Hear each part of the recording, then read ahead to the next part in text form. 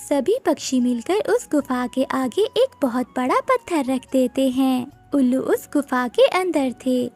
जंगल में बहुत तेज बारिश हो रही थी। जालिम उल्लू अपनी गुफा में बैठे पक्षियों के जंगल पर कब्जा करने का सोच रहे थे। उल्लुओं का सरदार अपने साथियों से कहता है, हमें कुछ ना कुछ कर कर जंगल पर कब्जा करना ही होगा, क्योंकि हमारे पास अब भोजन खत्म हो गया है। जंगल के सारे पक्षियों ने भोजन इकट्ठा कर कर अपने घर में जमा किया हुआ है। मगर सरदार, हम कैसे कब्जा करेंगे पक्षियों के जंगल पर? फिर सभी उल्लू मिलकर प्लान बनाते हैं और जंगल की ओर निकल जाते हैं। दूसरी ओर जंगल में रहने वाली रानो चिड़िया बारिश के मौसम में पकोड़े और चाय बेच रही थी। जंगल के सभी पक्षी रानो चिड़िया के पास पकोड़े और चाय पीने आ रहे थे। रानो चिड़िया के पकोड़ों की खुशबू दूर दूर तक जा रही थी। जब उल्लू रानो चिड़िया के ढाबे के पास आते हैं तो उन्हें भी पकोड़ों की खुशबू आ जाती है। सभी उल्लू रानो चिड़िया के ढाबे पर आ जाते हैं और रानो चिड़िया के बनाए हुए पकोड़े खाने लगते हैं। रानो चिड़िया उन उल्लुओं से कहती है, अरे उल्लुओं, आपने तो मेरे सारे पकोड़े खा लिए हैं और मुझे पैसे भी नहीं दिए। आप मुझे मेरे पकोड़ों के पैसे दे दें। ये सुनकर सरदार उल्लू को तो बहुत ही गुस्सा आता है। वो सब उल्लू गुस्से से पागल हो रहे थे। तेरी हिम्मत कैसे हुई मेरे सामने जुबान चलाने की? मैं ये तेरा ढाबा खत्म कर दूंगा। फिर क्या था, सरदार उल्लू गुस्से में आकर रानो चिड़िया के ढाबे को जला देता है। रानो चिड़िया जोर जोर से रोने लगती है। मैंने तुम उल्लुओं का क्या बिगाड़ा था जो तुमने मुझे इतनी बड़ी सजा दे दी? मेरे बच्चे अब कैसे रहेंगे? मेरे पास तो पैसे भी नहीं है कि मैं कोई और कारोबार शुरू कर सकूं। मैं तुम सबको कभी माफ नहीं करूंगी। चुप कर जा छोटी चिड़िया, अगर मेरे सामने ऐसे जुबान चलाएगी तो मैं तुझे भी खत्म कर दूंगा। अभी तो तेरा ढाबा जलाया है, अगर मेरे सामने ऐसे चूं चूं करती रही तो तुझे भी जला दूंगा। फिर वो सभी उल्लू आगे बढ़ते हैं। उन्हें जंगल में जो जो घर नजर आता है वो उस घर से सभी पक्षियों को निकालते जाते हैं। सभी पक्षियों को वो उल्लू अपने अपने घरों से निकाल देते हैं। फिर सरदार उल्लू सभी पक्षियों को एक जगह पर इकट्ठा करता है। सुनो पक्षियों, जो मेरी गुलामी करेगा वही जिंदा रहेगा, वरना सभी को मार दूंगा। अगर कोई पक्षी इस बात पर बोलेगा तो मैं उसकी जुबान काट दूंगा। सभी पक्षी उल्लू की बात सुनकर हैरान थे और कोई भी नहीं बोलना चाहता था। मगर कालू कौवा बोलता है, उल्लू सरदार, मुझे कुछ समय दे, मुझे अपने पक्षियों से बात करने दे। मैं इन सबको समझा दूंगा कि ये आपसे बुरा व्यवहार नहीं करेंगे और ये आपकी हर बात मानेंगे और आपके सामने चोंच खोलने की हिम्मत नहीं करेंगे। ठीक है कालू कौवे, जल्दी से करो बात। फिर कालू कौवा वहाँ से सभी पक्षियों को एक तरफ ले जाता है। दोस्तों, हमें सबको मिलकर सब्र से काम लेना होगा। हम सुबह होते ही इन पक्षियों को मार देंगे। मैं कोई ना कोई उपाय निकालता हूँ, तब तक तुम सबको चुप रहना होगा। अगर अभी किसी ने कुछ कहा तो बात बिगड़ जाएगी और हमें बात बिगाड़नी नहीं है। फिर रानो चिड़िया भी कहती है, हाँ, उन उल्लुओं ने मेरी भी दुकान जला दी, लेकिन मैं सब्र करूंगी। कालू भैया ठीक कह रहे हैं, हमें सब्र से काम लेना होगा। अगर हमने कोई जल्दबाजी की तो वो उल्लू हम सबको मार डालेंगे। हम सबको चुप रहना होगा और अकल से काम लेना होगा। फिर कालू कौवे के कहने पर सभी पक्षी वैसा करते हैं। कुछ ही दिनों बाद कालू कौवा सभी पक्षियों को इकट्ठा करता है और सभी पक्षियों से कहता है, अब समय आ गया है कि हम इन उल्लुओं से बदला लें। इन जालिम उल्लुओं ने रानो के ढाबे को भी जलाया है और हम सबको अपने घरों से भी निकाल दिया है। हम भी इन उल्लुओं को जलाकर मार देते हैं। नहीं कालू भैया, वो उल्लू अपनी गुफा में सो रहे हैं। हम गुफा का दरवाजा बंद कर देते हैं ताकि वो उल्लू उसी गुफा में ही मर जाएं। फिर रानो चिड़िया की बात सुनकर तोता भी कहता है, हाँ चिड़िया, तुम बिल्कुल ठीक कह रही हो। हमें बाहर से एक बड़ा पत्थर लाकर रखना होगा जिससे गुफा का मुंह बंद हो जाए। सभी पक्षी मिलकर उस गुफा के पास जाते हैं जहाँ उल्लू सो रहे थे। सभी पक्षी मिलकर उस गुफा के आगे एक बहुत बड़ा पत्थर रख देते हैं। उल्लू उस गुफा के अंदर थे। ऐसे कई दिन भूखा प्यासा रहने के बाद वो उल्लू मर जाते हैं और जंगल के सभी पक्षी आजाद हो जाते हैं। अब सभी पक्षी बहुत खुश थे। प्यारे दोस्तों, इस कहानी को लाइक, चैनल को सब्सक्राइब और अपने दोस्तों के साथ शेयर करना मत भूलिएगा। आपका धन्यवाद। मिठू जी, आज सब्जी में आलू लेकर आना। मेरा आलू खाने को बहुत दिल कर रहा है। थोड़ा पनीर डालकर आलू पनीर बना लेना। मैं अभी आलू लेकर आता हूँ। अपनी पत्नी से ऐसा कहते हुए मिठू तोता कबूतर चाचा के पास सब्जी लेने चला जाता है। कबूतर चाचा, मुझे 2 किलो आलू दे दो। साथ में कुछ और भी लोगे क्या? भिंडी, टमाटर या फिर कोई और सब्जी? नहीं कबूतर चाचा, मेरे घर पर सब कुछ है। फिर मिठू तोता चाचा कबूतर से आलू लेता है और वापस अपने घर की तरफ जाता है। रास्ते में जाते हुए मिठू का प्लास्टिक बैग फट जाता है और आलू एक एक करके जमीन पर गिरने लगते हैं। रास्ते में गौरी कवि ये सब देखकर उड़ती है। वो जल्दी से आलू उठा कर एक टोकरी में रखती है। मिठू तोता तो अपने ध्यान में उड़ते जा रहा था। मिठू के सारे आलू नीचे गिर जाते हैं। गौरी, ये आलू तो मिठू के हैं, तुम क्यों इन्हें उठा रही हो? मोटो, तुम परेशान क्यों हो? मैं ये आलू अपने तोते भैया के घर ही देने जा रही हूँ। बुलबुल वहाँ से चली जाती है और गौरी कवि वो आलूओं से भरी हुई टोकरी अपने घर ले जाती है। ये लो आलू, इन्हें धोकर छील लो। मिठू जी, बैग तो खाली है, बस थोड़ा सा धनिया पड़ा हुआ है। आलू तो नहीं है। मिठू जी, ये बैग तो फटा हुआ है। ओह नो, लगता है आलू रास्ते में ही गिर गए हैं। मैं अभी देख कर आता हूँ। मिठू तोता फिर से अपने घर से निकलता है। वो जमीन के साथ साथ उड़ता जाता है, मगर उसे आलू कहीं भी नहीं मिलते। चाचा कबूतर, ये सब तुम्हारी वजह से हुआ है। तुमने मुझे कमजोर प्लास्टिक बैग में आलू दिए थे, इसलिए मेरे सारे आलू गिर गए। मिठू, मगर सभी पक्षी तो इसी प्लास्टिक बैग में सब्जी लेकर जाते हैं। बुलबुल भी वहाँ सब्जी लेने आई हुई थी। मिठू, मेरा नाम न लेना, मगर मुझे पता है कि आपके आलू किसने उठाए हैं। बताओ बताओ, जल्दी बताओ बुलबुल। गौरी कवि ने। वो तुम्हारे पीछे आलू उठा कर टोकरी में रख रही थी। मैंने पूछा तो वो कहने लगी कि वो आलू तुम्हारे घर देने जा रही है। इसका मतलब मेरे आलू कवि के घर में है। मिठू तोता भागा भागा गौरी कवि के घर जाता है। ये आलू मेरे हैं। हाँ, तेरे हैं। चल भाग यहाँ से, मोटी चोंच वाले। दिखा कहाँ तेरा नाम लिखा है। मेरा बैग फट गया था, इसलिए आलू रास्ते में गिर गए। चल चल भाग जा। ये आलू मुझे रास्ते से मिले हैं और रास्ते से मिली चीज जिसको मिले उसी की होती है। मिठू तोता लड़ना नहीं चाहता था, इसलिए वो वहाँ से चला जाता है। दाल बना लो हरियाली, मेरे पास और पैसे नहीं है कि मैं आलू ले आऊं। फिर तोता और तोती दाल बनाकर ही रोटी खाते हैं। ऐसे ही कुछ दिन गुजर जाते हैं। एक दिन गौरी कवि चाचा कबूतर की दुकान से टमाटर लेने जाती है। चाचा कबूतर, अच्छे अच्छे टमाटर डालना, ऐसा ना हो कि गले सड़े टमाटर डाल दो। मेरा माल एकदम ताज़ा होता है। मैं ये सब्जी आज ही अपने खेतों से तोड़ कर लाया हूँ। गौरी कवि टमाटर लेती है। रास्ते में गौरी कवि को उसकी पुरानी सहेली मिल जाती है। दोनों सहेलियाँ एक पेड़ के नीचे बैठ जाती हैं और बातें करने लगती हैं। वो सामने ही तो मेरा घर है, कभी कभी मिलने ही आ जाया करो।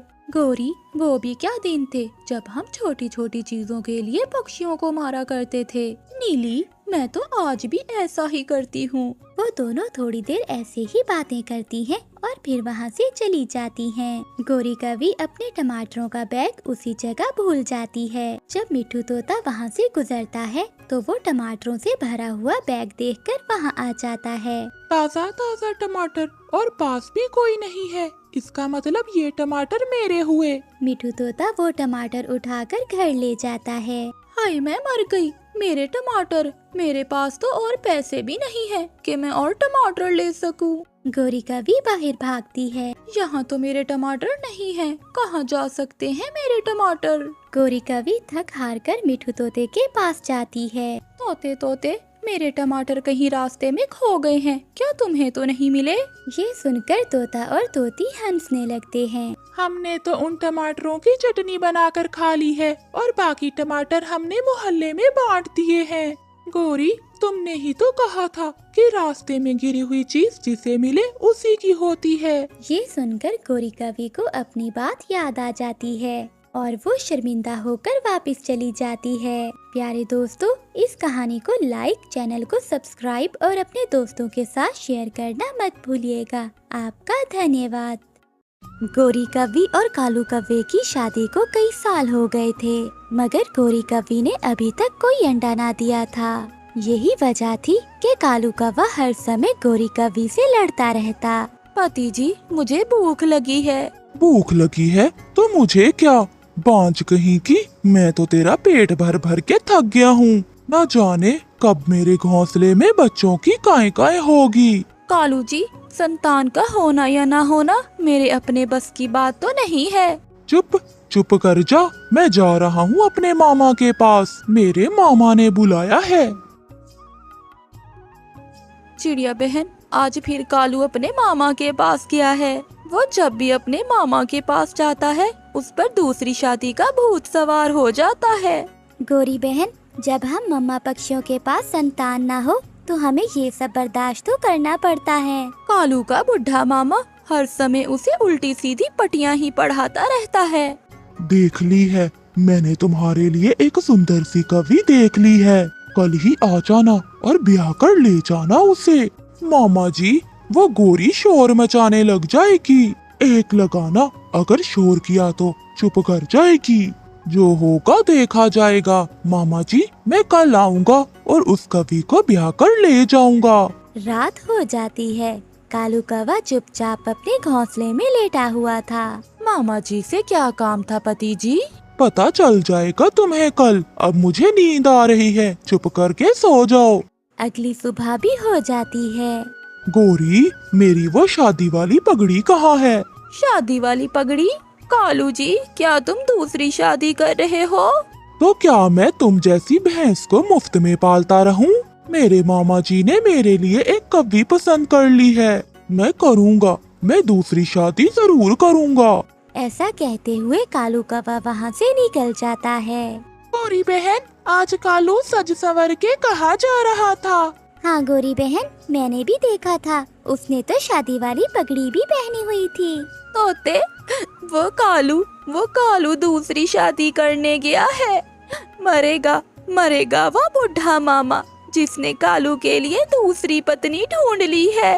गौरी, अब रोने धोने से कुछ नहीं होगा। जो भी होगा उसे अपने नसीब का लिखा समझकर जीना सीखो। अगर ऐसे हर समय रोती रहोगी तो तुम मर जाओगी। मामा जी, ये कवि तो बहुत सुंदर है। मैं संगीत भी बहुत अच्छा गाती हूँ, सुनाऊं? नहीं नहीं, घर जाकर सुनाना मेरे भांजे को संगीत। पति जी चले, मैं तो सुबह से आपका इंतजार कर रही हूँ। और हाँ, मेरी सौतन जी को बता दिया है ना? फिर कालू कौवा अपनी दूसरी पत्नी को साथ लेकर घर आ जाता है। कालू जी, ये कवि कौन है? रुके पति जी, मैं बताती हूँ। सौतन हूँ मैं तुम्हारी, कालू जी की दूसरी पत्नी। कालू, मैं तुम्हें कभी माफ नहीं करूँगी। जैसे तुमने मेरी जिंदगी बर्बाद की है, मैं तुम्हें और तुम्हारे बुढ़े मामा को कभी माफ नहीं करूँगी। चुप कर जा। अगर ज्यादा काई की तो मैं तुम्हें अभी घर से निकाल दूंगा। गौरी कवि जल्दी से अपने घोंसले में लेट जाती है। उठो अब यहाँ से। ये घोंसला नीली जी का है, तुम रसोई में जाकर लेटो। कालू जी, सौतन मेरी तरफ घूर घूर कर देख रही है। फिर गौरी कवि रसोई में चली जाती है और वहाँ जाकर फर्श पर ही लेट जाती है। दूसरे दिन कालू कौवा नीली चिड़िया को लेकर नदी पर जाता है। कालू जी, मेरा मिठाई खाने को दिल कर रहा है। नीली जी, मैं अभी आपके लिए मिठाई लाता हूँ। कालू कौवे के जाते ही वहाँ एक लंबी चोंच वाला कौवा आ जाता है। क्या वो कौवा हमारी जाल में फंस गया है? वो कौवा मेरे लिए मिठाई लेने गया है। तुम रात को आ जाना, मैं सारा माल इकट्ठा करके बेरी के पेड़ पर आ जाऊंगी। जाओ, अब तुम यहाँ से जाओ, वो आ रहा है। ये देखे नीली जी, मैं आपके लिए मिठाई ले आया हूँ। कालू जी, कल हमारे बच्चे भी होंगे, हमारे पास तो अपने बच्चों को देने के लिए कुछ भी नहीं है। तुम चिंता ना करो नीली, मैंने जितनी भी कमाई की है सब संभाल कर रखी हुई है। मगर कहाँ कहाँ रखी है कालू जी? अलमारी में रखी हुई है मैंने सारी जिंदगी की कमाई। कालू जी, मगर उस अलमारी की चाबी कहाँ है? मेरे और तुम्हारे घोंसले के नीचे रखी हुई है। अब तुम ये मिठाई खाओ। तुम चिंता न करो, मैं बहुत अमीर हूँ। मैं उस बांझ कव्वी के कारण कुछ खर्च नहीं करता था। रात हो जाती है। गोरी कव्वी रसोई में सोई हुई थी और कालू कव्वा भी सो रहा था। नीली कव्वी चुपके से वो चाबियां निकाल लेती है और अलमारी खोलकर कालू कव्वे की सारी जिंदगी की कमाई एक बैग में डालकर वहाँ से भाग जाती है। बेरी के पेड़ पर उसका साथी भोला कव्वा आ गया था। वो दोनों रात के अंधेरे में निकल जाते हैं। अगली सुबह भी हो जाती है। नीली कहाँ हो तुम? अलमारी खुली है मेरे पैसे, मेरी सारी कमाई भी नहीं है। गोरी जल्दी आओ, मैं लुट गया, मैं बर्बाद हो गया। वो नीली कव्वी तो चोर निकली, वो मुझे लूट कर ले गई। फिर गोरी कव्वी भी वहाँ आ जाती है, मगर गोरी कव्वी की तो हंसी ही नहीं रुक रही थी। कालू, मैं भी कहूँ, उस छोटी उम्र की कव्वी ने तुमसे शादी कैसे कर ली? मगर कालू कव्वा तो रोए जा रहा था। फिर कुछ दिनों बाद गोरी कव्वी अपने घोंसले में एक अंडा दे देती है, जिसके बाद वो दोनों पति पत्नी खुशी का जीवन गुजारने लगते हैं। प्यारे दोस्तों, इस कहानी को लाइक, चैनल को सब्सक्राइब और अपने दोस्तों के साथ शेयर करना मत भूलिएगा। आपका धन्यवाद। चिड़िया, मैं दूध की मलाई खाने जा रही हूँ, क्या तुम भी चलोगी मेरे साथ? मगर कहाँ जाना होगा हमें? किसान की रसोई में। ना बाबा ना, मैं तो कभी इंसानों की चोरी करने नहीं जाऊंगी। पता था, मुझे सब पता था। कमजोर चिड़िया, तुम ये सब नहीं कर सकती।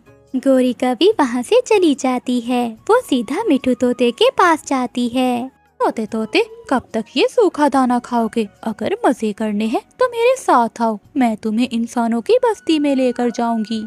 मिठाइयाँ, समोसे, पकोड़े और दूध की जलेबी सब मिलता है इंसानों की बस्ती में। गोरी, मैंने कभी इंसानों की चोरी नहीं की, इसलिए मुझे बहुत डर लग रहा है।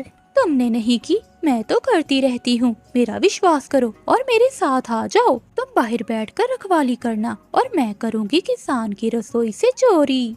मिठू तोता गोरी कव्वी की बात मान लेता है और वो गोरी कव्वी के साथ चला जाता है। किसान और उसकी पत्नी खेतों में काम कर रहे थे। देखो, किसान और उसकी पत्नी यहाँ हैं। हम आसानी से चोरी कर सकते हैं और हमें कोई डर नहीं होगा। क्या तुम्हें किसान के घर का पता है?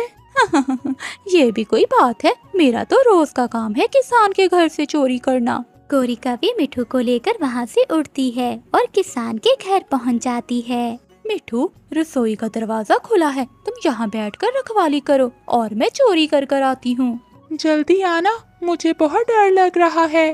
गोरी कव्वी वहाँ जाती है और किसान की पत्नी के बनाए हुए गुलाब जामुन खाने लगती है। पति जी, बहुत बुरा हुआ। मैं तो रसोई का दरवाजा ही बंद करना भूल गई। पत्नी जी, जल्दी जाओ, ऐसा ना हो कि दरवाजा खुला देखकर कोई बिल्ली या कौवा घुस जाए।